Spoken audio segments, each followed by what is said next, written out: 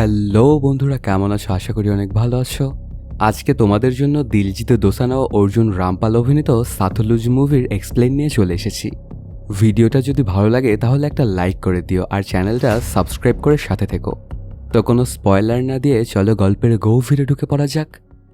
সিনেমার শুরুতেই দেখা যায় অনেকগুলো পুলিশ কয়েকটা গাড়ি নিয়ে কোথাও একটা যাচ্ছিল। তারপর হঠাৎ করেই একটা ব্রিজের ওপর এসে গাড়িগুলো তারা থামায়। এরপরে ওর ভেতর থেকে কিছু লোক বের হয় এবং তাদেরকে মেরে ফেলে। এই ব্যাপারগুলো দেখে একটা পুলিশওয়ালা তো খুবই ভয় পেয়ে গিয়েছিল। তার পরপরই যাদেরকে হত্যা করা হয় তাদের সবাইকেই পুলের ওপর থেকে নিচে ফেলে দেওয়া হয়। এরপর কাহিনীটা শিফট হয়। জাসওয়ান্ত সিং নামের একজনকে দেখা যায়। সে তার ছোট্ট পরিবারের সাথে পাঞ্জাবের কোনো একটা জায়গায় থাকত। একদিন সকালবেলাতে জাসওয়ান্তের বউ তার বাচ্চাদেরকে রেডি করে স্কুলে নিয়ে গিয়ে রেখে আসবে। তার পরপরই জানা যায় আসলে জাসওয়ান্ত হারিয়ে যাওয়া মানুষগুলোকে খোঁজার কাজ করত। এমনই একদিন এক বৃদ্ধ মা বাবা তার ছেলের ছবি নিয়ে আসে ওর কাছে। তাকে খোঁজার জন্য আসলে এসেছিল ওর কাছে। তখন যশবন্তদেরকে আশা দেয় যে আমি খুব তাড়াতাড়ি আপনাদের ছেলেকে খুঁজে বের করব। এর পরপরই সে চলে আসে গ্রামে এবং সবার কাছে জিজ্ঞাসাবাদ করতে শুরু করে এই ব্যাপার স্যাপারগুলো নিয়ে। কাহিনীটা ফ্ল্যাশব্যাকে চলে যায় 6 মাস আগের কথা। জাসওয়ান্তের বাড়িতে একজন মহিলা দৌড়াতে দৌড়াতে আসেন রাত্রেবেলাতে। তিনি এসেই জানায় তার ছেলে ওনার কোনো কথাই শুনছে না আর চুপচাপ শুধু শুয়ে আছে। আসলে সাহায্য চাওয়ার জন্যই ওর কাছে এসেছিল মা। তখন ওনার সাথে জাসওয়ান্ত দৌড়াতে দৌড়াতে চলে আসে ওই জায়গাটাতে।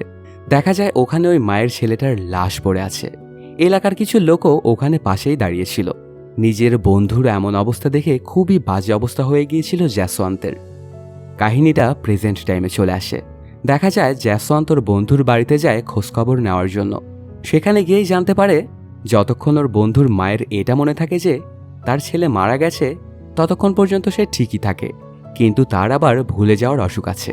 এর জন্য যখন তিনি ভুলে যায় যে তার ছেলে মারা গেছে তখন সব জায়গাতে শুধু তাকে খুঁজতে শুরু করে। হরহামেশাই তিনি এখানে ওখানে তার ছেলেকে খোঁজার জন্য যায় আর 2-1 দিন পরে বাড়িতে ফিরে আসে। তবে এবার উনি বাড়ি থেকে বের হয়ে গেছেন প্রায় 1 সপ্তাহ হয়ে গেছে, এখনও তিনি বাড়িতে ফিরে আসেননি। এই ব্যাপারটাতে খুবই খারাপ লাগছিল জাসওয়ান্তের এবং সে চিন্তায় পড়ে গিয়েছিল। তার পরপরই সে চলে আসে বাড়িতে। ওর বউ ওর হালাতটা বুঝতে পেরে ওকে বোঝাতে থাকে যে তুমি একদমই চিন্তা করো না, আন্টি খুব তাড়াতাড়ি বাড়িতে চলে আসবে। কিন্তু বউয়ের এই কথাতে একটুও শান্তি পাচ্ছিল না জাসওয়ান্ত। সারা রাত ধরেই সে শুধু এই চিন্তাটাই করতে থাকে। ওর মন ওকে বারবার বলছিল যে হয়তোবা আন্টির সাথে বাজে কিছু ঘটে গেছে। এজন্য পরদিন সকালবেলাতেই সে গিয়ে পৌঁছে থানায়। ওখানে দেখা যায় ইন্সপেক্টরের জন্মদিন পালন করছিল সবাই মিলে। এখানে কেক কাটা হচ্ছিল এবং সকল পুলিশ অফিসারই এখানে উপস্থিত ছিল। সে তো ওখানে গিয়েই আন্টি যে হারিয়ে গেছে এটার জন্য একটা এফআইআর লেখাতে চায়। তবে পুলিশওয়ালারা কোনো সাফ জবাবই দেয় না আর ওকে সেখান থেকে চলে যেতে বলে। পুলিশরা মনে করছিল যে ওই মহিলাটা আসলে পাগল হয়ে গেছে। এর জন্যই তারা নিখোঁজ হয়ে যাওয়ার এফআইআরটা লেখা শুধু সময় নষ্ট করা হবে। এই ব্যাপারটাতে মন খারাপ করে সেখান থেকে জাসওয়ান্ত চলে আসে হাসপাতালে। সেখানে গিয়ে সবাইকে জিজ্ঞাসাবাদ করতে থাকে, কিন্তু সেখানে রিসিপশনে থাকা মেয়েটা জানায় আমাদের হাসপাতালে এমন কোনো পেশেন্টই নেই।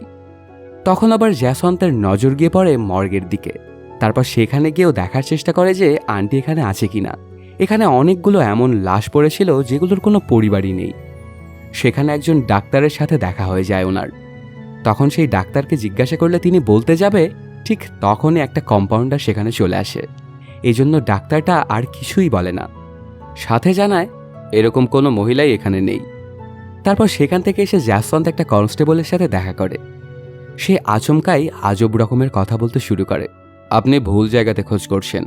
এই কথাটা শুনে খানিকটা হয়রান হয়ে গিয়েছিল জাসওয়ান্ত। ওই কনস্টেবলটা এমন কথা কেন বলল এটা যখন ওকে জিজ্ঞাসা করে ঠিক তখনই সেখানে একজন লোক চলে আসে আর তার সিগনেচারটা নিতে চায়। তারপর অবশ্য কনস্টেবলটার কিছুই বলে না, সেখান থেকে চলে যায়। এই ব্যাপারটাতে অনেক চিন্তায় পড়ে গিয়েছিল জাসওয়ান্ত। ডাক্তারের আচরণ এবং এখানে এই কনস্টেবলের আচরণ যেন তাকে ভেতর থেকে কুড়ে কুড়ে খাচ্ছিল। সে বুঝতে পারছিল যে কোনো একটা ঝামেলা তো আছেই, এর পেছনে হয়তো বা কোনো রহস্য রয়েছে গভীর। কী করবে সে কিছুই বুঝে উঠতে পারছিল না। তারপর আন্টিকে খোঁজার জন্য সে একটা শ্মশানে গিয়ে পৌঁছে। এখানে শুধু সে আন্টিকে খুঁজতে আসেনি, সাথে আরও যেসব মানুষ নিখোঁজ হয়েছিল তাদেরকেও খুঁজতেছিল। একের পর এক একটা শ্মশান ঘাটে গিয়ে সে খোঁজবাজ চালাতে শুরু করে আর সেখানে থাকা রেজিস্টারগুলোও চেক করতে থাকে। এগুলো করতে করতে একটা আজব জিনিস খেয়াল করে জ্যাসওয়ান্ত। যেসব মানুষগুলো হারিয়ে গিয়েছিল তাদের প্রায় সবার নামেই এই রেজিস্টার খাতাগুলোতে সে খুঁজে পায়। তবে এখানে চিন্তার বিষয় এটাই যে সবার নিখোঁজ হওয়ার এফআইআর থানাতে করা হয়েছিল, কিন্তু তারপরেও তাহলে পুলিশরা কেন এই লাশগুলোকে বেওয়ারিশ হিসেবে শ্মশান ঘাটে এনে পুড়িয়ে ফেলেছে? এই ব্যাপারগুলো তারও বেশি চিন্তিত হয়ে পড়েছিল জ্যাসওয়ান্ত। তবে এতগুলো লাশের মধ্যে সে আন্টির নামটা খুঁজে পায় না। তারপর রাত্রেবেলাতেই সে আবার চলে আসে ওই কনস্টেবলটার সাথে দেখা করার জন্য। দুজনে গিয়ে একটা পুকুরের পাশে বসে। কনস্টেবলটা তখন বলতে থাকে ওকে সব ঘটনা। এই কথাগুলো শুনে তো একদমই মাথায় ঘুরে গিয়েছিল জ্যাসওয়ান্তের। কনস্টেবলটা তখন বলতে থাকে, সেদিন আপনার আন্টি মানে গুরপ্রীত থানাতে এসেছিল আর বারবার সবার কাছে তার ছেলেকে খোঁজার কথা বলছিল। তবে সে তো এটা বুঝতে পারছিল না যে তার ছেলে আগেই মারা গেছে, তাহলে তাকে ওরা কিভাবে খুঁজে বের করতে পারে। ওকে এইসব কাহিনী বলার পরে কনস্টেবলটা গাড়ি করে ওকে নিয়ে যেতে থাকে। তখন জানা যায় সিনেমার শুরুতে যে কয়েকজনকে মারা হয়েছিল তার মধ্যে গুরপ্রীত আন্টিও ছিল। আর যে পুলিশটা এই ব্যাপারগুলো দেখে ভয় পেয়ে গিয়েছিল সেটাই হচ্ছে এই কনস্টেবল। সাথে সে আরও বলতে থাকে, পুলিশরা গুরপ্রীত আন্টিকে মারার পরে তাকে হাসপাতালে নিয়ে এসেছিল। তারপর গিয়ে ময়নাতদন্ত করা ডাক্তারের সাথে ওনারা দেখা করেন। কিছুক্ষণের মধ্যেই সেখানে আরও একটা ডাক্তার চলে আসে এবং কিছু একটা বলতে যাবে, তখন ওখানে পুলিশকে বসে থাকতে দেখে ভয়ে আর বলে না। এরপর ময়নাতদন্ত করা সেই ডাক্তার ওনাকে বলে, বেশি চিন্তা করো না, যা হচ্ছে দেখো আর ভুলে যাও। এরপর ওরা যখন বাহিরে আসে তখন দেখতে পায় গুরপ্রীত আন্টি গুলি খাওয়ার পরেও এখনও মারা যায়নি। এখন পর্যন্ত ওনার নিঃশ্বাস চলমান ছিল। ডাক্তার তখন ওর চিকিৎসা করতে চায়, কিন্তু পুলিশ গুরপ্রীত আন্টিকে আবারও গাড়িতে উঠায়, তারপর নিয়ে চলে আসে একটা জায়গাতে। সেখানে আবারও গুলি করে তাকে মেরে ফেলে। কিছুক্ষণের মধ্যেই তাকে নিয়ে আবারও চলে আসে হাসপাতালে। এই কাহিনীটা শোনার পরে একদমই হকচকিয়ে গিয়েছিল জ্যাসওয়ান্ত। এরপর সেখান থেকে অনেক মন খারাপ করে চলে আসে বাড়িতে এবং নিজের বউকে সবকিছু খুলে বলে। পরদিন সকালবেলাতেই এই কেসটা নিয়ে সে চলে আসে একটা লয়ারের কাছে। তখন সেই উকিলটা ওকে জানায়, এই কয়েকটা প্রমাণ ওদের বিরুদ্ধে কিছু করার জন্যই যথেষ্ট নয়, কারণ ওরা আইনের লোক। ওরা এই কেসগুলোর শক্তপোক্ত কোনো প্রমাণই রাখেনি। এজন্য ওদেরকে সাজা দিতে হলে আমাদের আরও বড় প্রমাণ জোগাড় করতে হবে। তারপর থেকেই জ্যাসওয়ান্ত আরও তৎপরতা বাড়িয়ে দেয়। শ্মশান ঘাটে সবসময় সে নজর রাখতে শুরু করে। ওখানকার সবার সাথে কথা বলে এবং জিজ্ঞাসাবাদ করতে থাকে। কিছুক্ষণের মধ্যেই দেখা যায় ওই শ্মশান ঘাটে চলে আসে একটা পুলিশের গাড়ি, আর সেই গাড়িটা ভর্তি করা ছিল সব বেওয়ারিশ লাশ দিয়ে। এই ব্যাপারটা আবার লুকিয়ে লুকিয়ে ছবি তুলতে থাকে জ্যাসওয়ান্ত। তারপর সেখান থেকে চলে আসে ওই উকিলটার কাছে। ওনাকে সকল ছবিগুলো দেখালে উনি জানায়, এই প্রমাণগুলোই পুলিশদের বিরুদ্ধে যথেষ্ট নয়, ওদেরকে কাতিল সাবিত করানোর জন্য আরও বেশি প্রমাণের প্রয়োজন। এর পরপরই কনস্টেবলটা ওদের সাথে মিলে যায় আর ভেতরের সব খবরগুলো এনে জ্যাসওয়ান্তকে দিতে থাকে। এমনকি মিসিং সব এফআইআরগুলোও লিস্ট করে এনে ওকে দিত। তারপর ওরা চলে যেত সেই সব মানুষদের বাড়িতে এবং তাদেরকে জিজ্ঞাসাবাদ করত। সাথে সেগুলো ভিডিও করে রাখত, কারণ যদি পুলিশরা তাদেরকে ভয় দেখানোর পরে তারা তাদের জবান পাল্টে দেয়। প্রতিদিনই কোনো না কোনো জায়গা থেকে দু একটা করে লাশ পাওয়া যেত। লাশের এই মিছিল যেন বন্ধের কোনো নামগন্ধও নিচ্ছিল না। এরপর জ্যাসওয়ান্ত তার নামের কার্ড বানায় এবং গিয়ে গ্রামের সবার মাঝে বিলি করতে থাকে। সাথে জানায়, যে কোনো প্রয়োজনে আমাকে আপনারা ডাকবেন, আমি সাথে সাথেই চলে আসবো আপনাদের কাছে।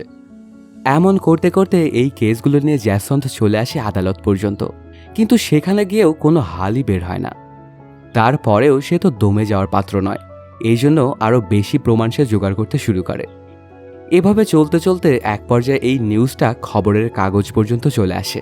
পত্রিকাতে ছাপা হয়েছিল যে জ্যাসওয়ান্ত পুলিশদের বিরুদ্ধে লড়াই করছে। এই নিউজটা শুনে তো পুলিশওয়ালারা অনেক বেশি রাগান্বিত হয়ে গিয়েছিল ওর ওপর। এই জন্য ডিজিপি চলে আসে সিএম এর সাথে দেখা করার জন্য। তখন জ্যাসওয়ান্তের সম্পর্কে জিজ্ঞাসাবাদ করে ওকে সিএম। এই ব্যাপারগুলো তো অনেক বাজে অবস্থা হয়ে গিয়েছিল পুলিশদেরও। এজন্য জ্যাসওয়ান্তের বাড়ির বাইরে তারা পুলিশ পাহারাও দিতে থাকে। সারা রাতই সেখানে পুলিশ থাকতো এবং ওর উপরে নজর রাখত। এমনই এক সকালবেলাতে জ্যাসওয়ান্ত ওদের জন্য চা নিয়ে আসে আর বলতে থাকে, আপনারা এত পেরেশান কেন হচ্ছেন, চা খানার নিশ্চিন্তে থাকুন। সেদিন বিকেলবেলাতেই ডিজিপি একটা প্রেস কনফারেন্স করে। তিনি বলতে থাকেন, আমাদের পাঞ্জাবের অবস্থা আস্তে আস্তে খারাপের দিকে যাচ্ছে, এটা আমাদের সবাই মিলে প্রোটেক্ট করতে হবে। অন্যদিকে দেখা যায় জ্যাসওয়ান্ত অনেক লোক জমায়েত করে। তারপর বলতে থাকে, অনেকগুলো মিসিং কেস করা হয়েছিল থানাতে, কিন্তু তারা এর ঠিকঠাক মতো খোঁজবাজ করে না, আর সেই সব লাশগুলোকে তারা আবার বেওয়ারিশ বলে শ্মশান ঘাটে নিয়ে গিয়ে জ্বালিয়ে দেয়। আসলে পুলিশরা এমন কাজ কেন করছে? সে যখন এই কথাগুলো বলছিল সাথে অনেকগুলো প্রমাণও দেখায় সবাইকে। দুজন লোকের ছবি দেখায়। এরা দুজনেও নিখোঁজ হয়ে গিয়েছিল। তবে পুলিশ এদের কোনো খোঁজই করেনি আর নিখোঁজ ঘোষণা করে দিয়েছে। তারপর ওদের লাশ খুঁজে পাওয়া যায় হাসপাতালে, কিন্তু সেগুলোও বেওয়ারিশ বলে নিয়ে গিয়ে শ্মশানঘাটে জ্বালিয়ে দেওয়া হয়েছিল। এভাবেই আস্তে আস্তে জ্যাসন্ত পুলিশদের বিরুদ্ধে লড়তে থাকে আর জনবল একত্রিত করতে শুরু করে। একদিন তো পুলিশ এবং ওর মাঝে খোলা ময়দানে ডিবেট হচ্ছিল। এসব ব্যাপার স্যাপার নিয়ে আবার সিএমকেও প্রেস কনফারেন্স করতে হয়, কিন্তু সেখানে মাঝে মাঝে সাংবাদিকরা তার কাছে এমন সব প্রশ্ন করত যেগুলোর কোনো উত্তরই দিতে পারতেন না সিএম। ঠিক তখনই দেখা যায় শুক্লা নামের এক রিটায়ার্ড পুলিশ অফিসারকে। ওকে আবারও জয়েন করতে বলা হয়। তারপর অবশ্য শুক্লা সেই জায়গাতে এসে জয়েন করে। এই পুলিশ অফিসারটা ছিল অন্য সবার থেকে আরও বেশি ভয়ঙ্কর এবং খারাপ। সে মানুষদের ওপরে নির্যাতন করত আরও বেশি ভয়ঙ্কর আকারে। এগুলো চলতে থাকলে কিছুদিনের মধ্যেই অনেক মানুষ নেমে পড়ে ওর বিরুদ্ধে অনশনে। সবাই সুগ্গার বিরুদ্ধে কথা বলছিল। এমন চলতে চলতে হঠাৎ করে একদিন যশবন্তের বাড়িতে নোটিশ আসে। ওকে সিকিউরিটি দেওয়ার সিদ্ধান্ত নেওয়া হয়, কিন্তু সিকিউরিটি নিতে সাফ সাফ বারণ করে দেয় যশবন্ত। সে বলে, আপনারা কাকে কাকে সিকিউরিটি দিবেন? আমি এখন সবার সামনে দাঁড়িয়ে আছি, এর জন্য আমাকে তো সিকিউরিটি দিতে চাচ্ছেন, কিন্তু গ্রামের মানুষরা তো অনেক বেশি ভয় পেয়ে আছে, তাহলে তাদের কি হবে? এরপর নিজের পয়েন্ট অফ ভিউটা সবাইকে জানানোর জন্য একটা ইনভাইট এসে চলে আসে অন্য একটা দেশে। সেখানে গিয়েই সবাইকে বলতে থাকে এই রাজ্যের মধ্যে কি কি খারাপ কাজ করছে পুলিশ। তখন অবশ্য সেখানে থাকা অনেকজনই তাকে সাপোর্ট করে। সাথে একটা বিদেশি মহিলা তো তাকে বলে, আপনি অনেক ভালো কাজ করছেন, সিস্টেমের বিরুদ্ধে লড়া খুব একটা সহজ কাজ নয়, আর সেই কাজটাই করছেন আপনি, এটা কিন্তু আসলেই একটা মহৎ কাজ। এরপর সেখান থেকে তার সমাবেশ শেষ করে যশবন্ত চলে আসে পাঞ্জাবে। তখন সব মানুষই ওকে কেমন যেন একটা অন্য নজরে দেখছিল। সবাই তখন ভাবছিল দেশের বেইজ্জতি করানোর জন্যই বিদেশে গিয়েছিল যশবন্ত। তখন অবশ্য সবাইকে সে এটা জানায় যে এখানে যা হচ্ছে আমি শুধু সেটুকুই বলেছি, একটুকু বাড়িয়ে কথা বলিনি। সেদিন রাত্রেবেলাতেই দেখা যায় ওই কনস্টেবলটার বাড়ি, যে আসলে এদেরকে সাহায্য করেছিল। সুগ্গা হঠাৎ করেই তার লোকজন নিয়ে সেই বাড়িতে চলে আসে। সেখানে গিয়েই প্রথমে সে খাবার খায়, তারপর দুইটা অপরাধীকে সামনে এনে বসে এবং বলে, এরা দুজন আমাদের কথার বিরুদ্ধে কাজ করছিল, এর জন্য এদের সাথে কি করা যায় এখন? তবে কথাগুলো শুনেও কনস্টেবলটা কিছুই বলে না আর বসে থাকে। এরপর আচমকাই সুগ্গা ওই দুজনকে মেরে ফেলে। তারপর কনস্টেবলটাকে বলতে থাকে, আমাদের থানাতে মনে হয় কোনো গাদ্দার আছে যে আমাদের থানার বিভিন্ন ইনফরমেশন লিক করে দিচ্ছে, তুমি কি জানো তার সম্পর্কে? এই ব্যাপারটাতে অনেক ভয় পেয়ে গিয়েছিল সেই কনস্টেবলটা। কিছুক্ষণ এভাবে চুপচাপ থাকার পরে হঠাৎ করে ওকে মেরে ফেলে সুগ্গা। তারপর ওর পুরো পরিবারকেই অনেক বাজেভাবে হত্যা করে। আসলে সুগ্গা কোনোভাবেই চাইছিল না যে কোনো গাদ্দার তাদের সাথে জড়িত থাক, আর এই কনস্টেবলটাই যে সেই গাদ্দার ছিল সেইটা খুব ভালো করেই জানতো, এর জন্যই ওর বাড়িতে এসেছিল। পরদিন সকালবেলাতেই ওই কনস্টেবলটার বাড়ি থেকে 6 থেকে 7টা লাশ পাওয়া যায়। তারপর রিপোর্টে তখন পুলিশটা জানায় এই সবাই মিলে হাতিয়ারের ধান্দা করত, এর জন্যই ওদেরকে মারতে হয়েছে। এই খবরটা পাওয়া মাত্রই সেখানে ছুটে আসে যশবন্ত। তার মন অনেক খারাপ হয়ে গিয়েছিল, সাথে সে অনেক রাগান্বিতও হয়েছিল সুগ্গার ওপর। তবে যেহেতু সে আইনের লোক, এজন্য কিছুই করতে পারছিল না। যে পরিবারকে মেরে ফেলা হয়েছিল সেই পরিবারের আবার আরেকটা কনস্টেবল আছে। সেও এই ব্যাপারটাতে একদম হতবম্ব হয়ে গিয়েছিল আর ঠান নিয়ে বসেছিল যে এটার বদলা সে নিয়েই ছাড়বে। সন্ধ্যাবেলাতে সেখানে থাকা সবারই শেষ কার্য সম্পন্ন করা হয়। এই ব্যাপারগুলো ঘটে যাওয়াতে খুবই মন খারাপ হয়ে গিয়েছিল যশবন্তের। সে বুঝতে পারছিল যে ওই কনস্টেবলটা যে তাকে সাহায্য করছিল, এর জন্যই তাকে সহ তার পুরো পরিবারকে মরতে হয়েছে। এবার তাকে কিছু একটা তো করতেই হবে। এর জন্য পরদিন সে অনেকজনকে নিয়ে একটা মিটিং করে আর এসব ব্যাপার স্যাপার নিয়ে সবার সাথে কথা বলতে থাকে। অন্যদিকে দেখা যায় সিএম একটা জায়গাতে যাচ্ছিল। তখন রাস্তার মধ্যে কোনো একটা কারণে ওর গাড়িটা থামায়।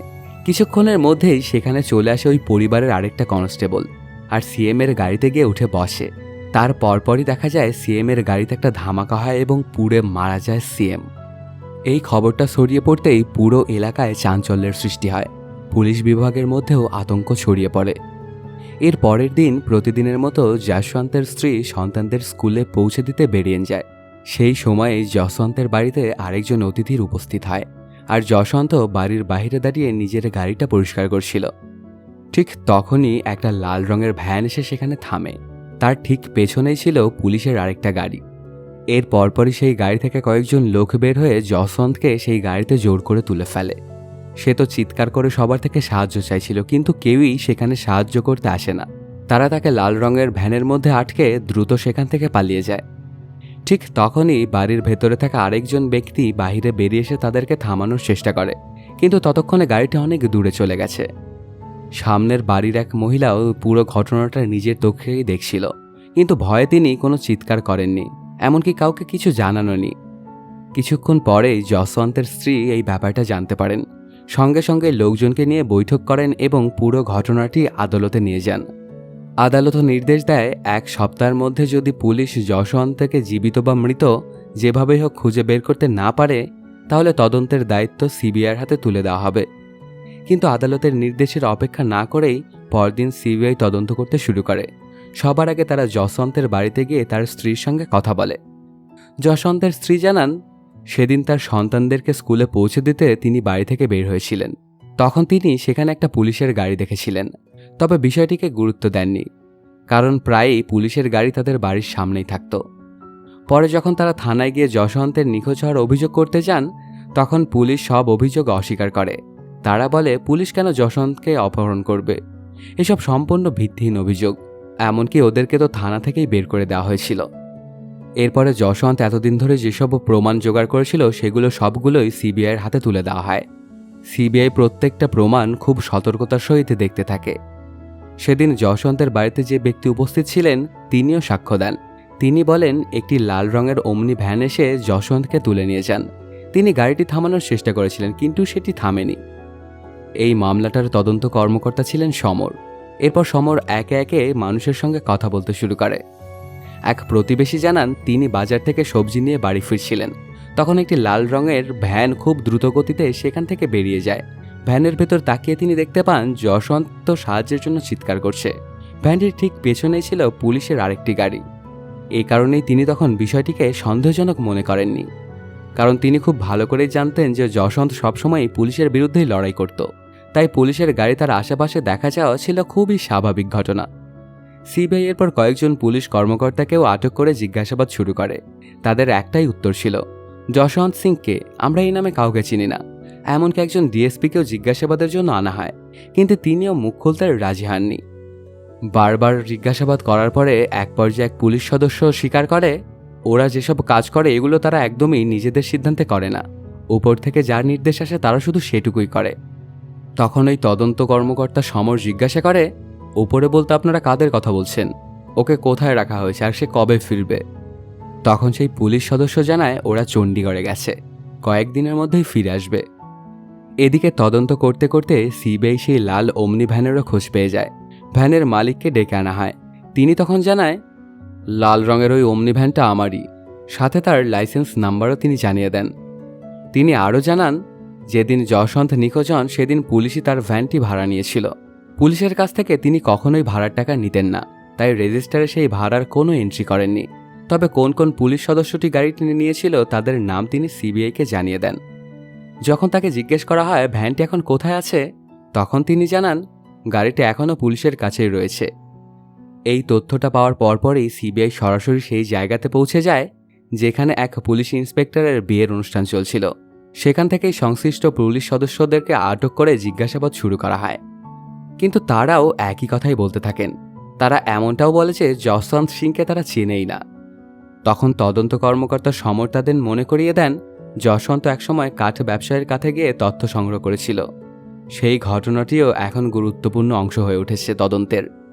যে শ্মশানঘাটে লাশ দাহ করার জন্য কাঠ সরবরাহ করা হতো, সেখানে তদন্ত করতে গিয়েই তোমাদের নাম উঠে এসেছে। এই কথাটা শুনে পুলিশ সদস্যটা ঠান্ডা গলায় বলেন, এই প্রশ্নের উত্তর আমার কাছে নয়, যশবন্ত সিংয়ের কাছেই পাবেন। তখন সিবিআই কর্মকর্তা সমর সঙ্গে সঙ্গে প্রশ্ন করেন, তাহলে যশবন্ত কোথায়? পুলিশ সদস্যটি ব্যঙ্গ করে বলে, এতদিন যখন খুঁজেই চলেছেন তাহলে ওকেও খুঁজে বের করুন। এরপর তদন্তের সূত্র ধরেই সিবিআই একটা জেলে পৌঁছে যায়। সেখানে একটা বন্দী জানায়, যেদিন যশবন্তকে অপহরণ করা হয়েছিল সেদিন গভীর রাতে কয়েকজন লোক সেখানে এসেছিল। আরেকজন বন্দী বলে তাদের মধ্যে একজন বারবার যশবন্তের নাম ধরে গালাগালি করছিল। সমর তখন জানতে চান, তুমি কি ব্যাপারটা সম্পর্কে নিশ্চিত? কয়েদিটা তখন জবাব দেয়, হ্যাঁ আমি একদম নিশ্চিত, সে বারবার যশবন্তের নামই বলছিল। এরপর আরেকজন একটা গুরুত্বপূর্ণ তথ্য দেয়। সে জানায় জেলে এমন একজন কর্মী ছিল যার চোখ হালকা সবুজ রঙের। সেই লোকই বন্ধুদেরকে খাবার দিত। যশবন্তকে যদি সত্যিই সেখানে আনা হয়ে থাকে তাহলে সম্ভবত একমাত্র সেই ব্যক্তি সেটা জানবে। সিবিআই এই তথ্যটিকে গুরুত্ব সহকারে নোট করে রাখে। অন্যদিকে এসএসপি সুগ্গাও তখন পুলিশ কর্মকর্তাদের নিয়ে বৈঠক করছিল। তারা পরবর্তী পদক্ষেপ কী নেবে সেটা নিয়েই আলোচনা করছিল। এরপর সিবিআই সরাসরি সুগ্গার কাছে জিজ্ঞাসাবাদের জন্য যায়, কারণ পুরো ঘটনার সবচেয়ে গুরুত্বপূর্ণ তথ্য তার কাছেই থাকার কথা। কিন্তু সুগ্গা এত সহজে মুখ খুলতে রাজি ছিল না। তখন তদন্ত কর্মকর্তা সমর তার সামনে পুরনো একটি সংবাদপত্রের কাটিং তুলে ধরেন। সেখানে প্রকাশিত হয়েছিল, মানবাধিকার কর্মী হিসেবে যশবন্ত সিং দাবি করেছিলেন এই মামলার তদন্ত যেন সিবিআইয়ের হাতে দেওয়া হয়। পাশাপাশি তিনি স্পষ্টভাবে এসএসপি সুগ্গার নামও উল্লেখ করেছিলেন। শুধু তাই নয়, যশবন্ত সেই প্রতিবেদনতে লিখেছিলেন ভবিষ্যতে যদি তার কোনো ক্ষতি হয় তাহলে তার জন্য সুগ্গাই দায়ী থাকবে। ঠিক এই কারণে সিবিআই এখন সুগ্গাকে জিজ্ঞাসাবাদ করছে। কিন্তু সুগ্গা সব অভিযোগই অস্বীকার করে। সে বলতে থাকে, কেউ যদি ভবিষ্যতে নিখোঁজ হয় বা তার কোনো ক্ষতি হয় তার মানে এই নয় যে আমিই দায়ী। এই অভিযোগ সম্পূর্ণ ভিত্তিহীন। এরপর সমর এবং সুগ্গার মধ্যে দীর্ঘক্ষণ তর্ক বিতর্ক হতে থাকে। এদিকে দেখা যায় যশবন্তের স্ত্রী অসংখ্য মানুষকে একত্রিত করে একটি প্রতিবাদ সভা করছেন। তিনি সবাইকে জানান যশবন্ত নিখোঁজ হওয়ার 2.5 মাসেরও বেশি সময় পার হয়ে গেছে, কিন্তু এখনও পুলিশ তাকে খুঁজে বের করতে পারেনি। এমনকি আইনের কাছ থেকে কোনো ন্যায় বিচার পাওয়া যায়নি। এরপর তিনি উপস্থিত মানুষদের সাহস যোগান। তিনি বলেন, এতদিন যে লড়াইটা যশবন্ত একা লড়ছিল, এখন সেই লড়াইটা সবাইকে একসঙ্গে চালিয়ে যেতে হবে। কারণ এই লড়াইটা তাদের বিরুদ্ধে যারা ক্ষমতার অপব্যবহার করে নিরীহ মানুষকে হত্যা করছে। ঠিক তখনই সিবিআই কর্মকর্তা সমর সেখানে এসে পৌঁছে যায় এবং আবারও যশবন্তের স্ত্রীর সঙ্গে কথা বলেন। সমর তখন জানায় তাদের হাতে ইতিমধ্যে 3 জন গুরুত্বপূর্ণ সাক্ষী রয়েছে। খুব শিগগিরই মামলার শুনানি শুরু হবে। আর তদন্ত ঠিকভাবে এগোলে শুধু মামলার রহস্যই নয়, যশবন্ত সিংয়ের অবস্থান সম্পর্কেও গুরুত্বপূর্ণ তথ্য পাওয়া যেতে পারে। সেই রাতেই সুগ্গা কয়েকজন পুলিশ সদস্যকে নিয়ে যশবন্তের বাড়িতে হাজির হয়। সেই সময় বাড়িতে যশবন্তের স্ত্রী একাই ছিল। সুগ্গা বাড়ি থেকে খুব ভদ্র আচরণ করে। সে বাচ্চাদের হাতে ফুলঝুরি আর আতশবাজি তুলে দেয়। তারপর বলে, আমি চাই তোমাদের পরিবারে দীপাবলি আনন্দ কাটুক, বাচ্চারা যেন খুশি থাকে। তার এই ভদ্রতার আড়ালে ছিল স্পষ্ট একটা হুমকি। সে আসলে বোঝাতে চাইছিল যশবন্তের স্ত্রী যেন আর এই মামলা নিয়ে এগিয়ে না যায়। অন্য সবার মতো চুপচাপ থাকলে তার পরিবারের জন্য ভালো হবে। সুগ্গা তখন আরও বলে, আমি অনেক মানুষকে মেরেছি, কিন্তু যশবন্ত সিংকে আমি ছুঁয়েও দেখিনি, বরং আমরাও তাকে খুঁজছি। যশবন্তের স্ত্রী তখন সঙ্গে সঙ্গে জবাব দেয়, তাহলে খুঁজে বের করুন, সেটাই তো আপনাদের দায়িত্ব। তখন সুগ্গা হেসে বলে, একদিকে আমাদের বিরুদ্ধেই অভিযোগ করছেন, আবার আমাদেরই বলছেন তাকে খুঁজে বের করতে। ব্যাপারটা কি একটু অদ্ভুত হয়ে গেল না? এরপর সুগ্গা বলে, পুলিশের বিরুদ্ধে আপনারা যে অভিযোগটা করেছেন সেটা উঠিয়ে নিন, আমেরিকা লন্ডন ঘুরতে যান। আমরা খুব তাড়াতাড়ি যশবন্তকে খুঁজে বের করব আর আপনার কাছে নিয়ে আসব। কিন্তু যশবন্তের স্ত্রী ছিল তার স্বামীর মতোই সাহসী। সে সাফ সাফ জানিয়ে দেয় সে কেসটা কোনোভাবেই তুলে নেবে না। এর পরদিন সকালবেলাতেই একটা নিউজ পাবলিশ হয়, আইপিএস গুপ্তা অবসর নিচ্ছেন। এরপর নতুন একটা আইপিএস নিয়োগ পায়। সে সুগ্গাকে ডেকে বলে, 1 সপ্তাহের মধ্যে যশবন্তকে খুঁজে বের করতে হবে, তা না হলে তোমার পুরো টিমকে সাসপেন্ড করা হবে। কিন্তু সুগ্গা তো ডিএসপি অফিসারের কথা মতো কাজ করত, তাই সে ডিএসপিকে সব কিছু গিয়ে খুলে বলে। এর পরপরই দেখা যায় আরও 2টা ডেড বডি পাওয়া যায়, যাদের পাশে অস্ত্র রাখা ছিল। এই মামলাগুলো যখন কোর্টে তোলা হয় তখন তারিখের পর তারিখ বদলাতে থাকে, কিন্তু মামলার কোনো আগামাথাই খুঁজে পাওয়া যায় না। একদিন সিবিআই কর্মকর্তা সমর আবার সুগ্গার সঙ্গে দেখা করে। সমর তাকে বলে, এতদিন যে বড় অফিসার তোমাকে রক্ষা করছিল তিনি তো এখন অবসর নিয়েছেন, এবার তোমাকে কে বাঁচাবে? এই কথাটা শুনে সুগ্গা আসলেই ভয় পেয়ে গিয়েছিল। সে সঙ্গে সঙ্গে অবসরপ্রাপ্ত ওই কর্মকর্তার সঙ্গে যোগাযোগ করেন। ওই কর্মকর্তা তখন তাকে নিজের কাছে ডাক দেয়, আর সেখান থেকে খুব তাড়াতাড়ি সুগ্গা তার সাথে দেখা করার জন্য যায়। কিন্তু পরদিন সকালে আসে আরও চাঞ্চল্যকর একটি তথ্য। রেল লাইনের পাশে থেকে সুগ্গার মরদেহটা কালেক্ট করা হয়। অর্থাৎ এতদিন যে অন্যদের মৃত্যুর ফাঁদে ফেলেছিল, শেষ পর্যন্ত সে নিজেও সেই পরিণতির শিকার হয়। সুগ্গার শেষ কার্যে যখন সবাই উপস্থিত হয়েছিল তখন সিবিআই কর্মকর্তা সমরের চোখ পড়ে সেই ব্যক্তির ওপর, যার হালকা সবুজ রঙের চোখ ছিল। এই মানুষটির কথাই আগে কয়েদিরা সব বলেছিল। সমর সঙ্গে সঙ্গে তাকে আটক করে থানায় নিয়ে যায় এবং জিজ্ঞাসাবাদ করতে শুরু করেন। ওই জিজ্ঞাসাবাদে লোকটি স্বীকার করে যশবন্ত সিংকে সত্যিই সেই জেলে আনা হয়েছিল। পরদিন সকালবেলাতে ওকে যখন আদালতে উপস্থিত করা হয় তখন সে তার বয়ানটা পুরোপুরি পাল্টে দেয়। সমরের কাছে সে যা যা বলেছিল এর একদম উল্টো একটা গল্প শোনাতে থাকে। এমনকি দাবি করে সিবিআই তাকে চাপ দিয়ে মিথ্যা সাক্ষ্য দিতে বাধ্য করেছে। তার এই বক্তব্যের কারণে মামলাটি আবারও জটিল হয়ে পড়ে এবং আদালতের কার্যক্রম কার্যত ভেস্তে যায়। সেদিন রাত্রেবেলাতেই দেখা যায় সেই লোকটার চোখে এক ফোঁটাও ঘুম ছিল না। এর পরপরে সে যশবন্তকে তার চোখের সামনে দেখতে পায়। যশবন্ত তখন তাকে বলতে থাকে, আমার মতো অনেক মানুষ সেখানে বন্দি আছে, একে একে সবাইকে মেরে ফেলা হচ্ছে।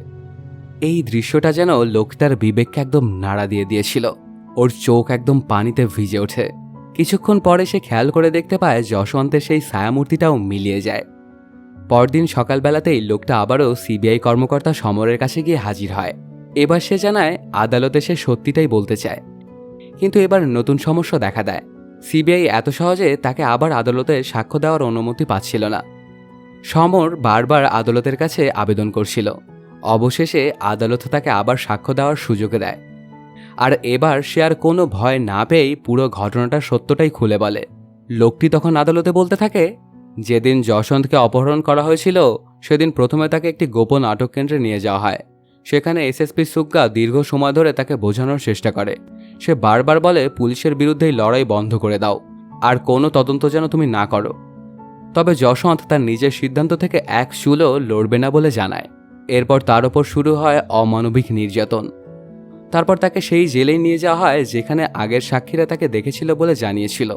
সেখানেও দিনের পর দিন তার ওপর নির্মম অত্যাচার চালানো হয়। কিন্তু এত নির্যাতনের পরও যশবন্ত ভেঙে পড়েনি।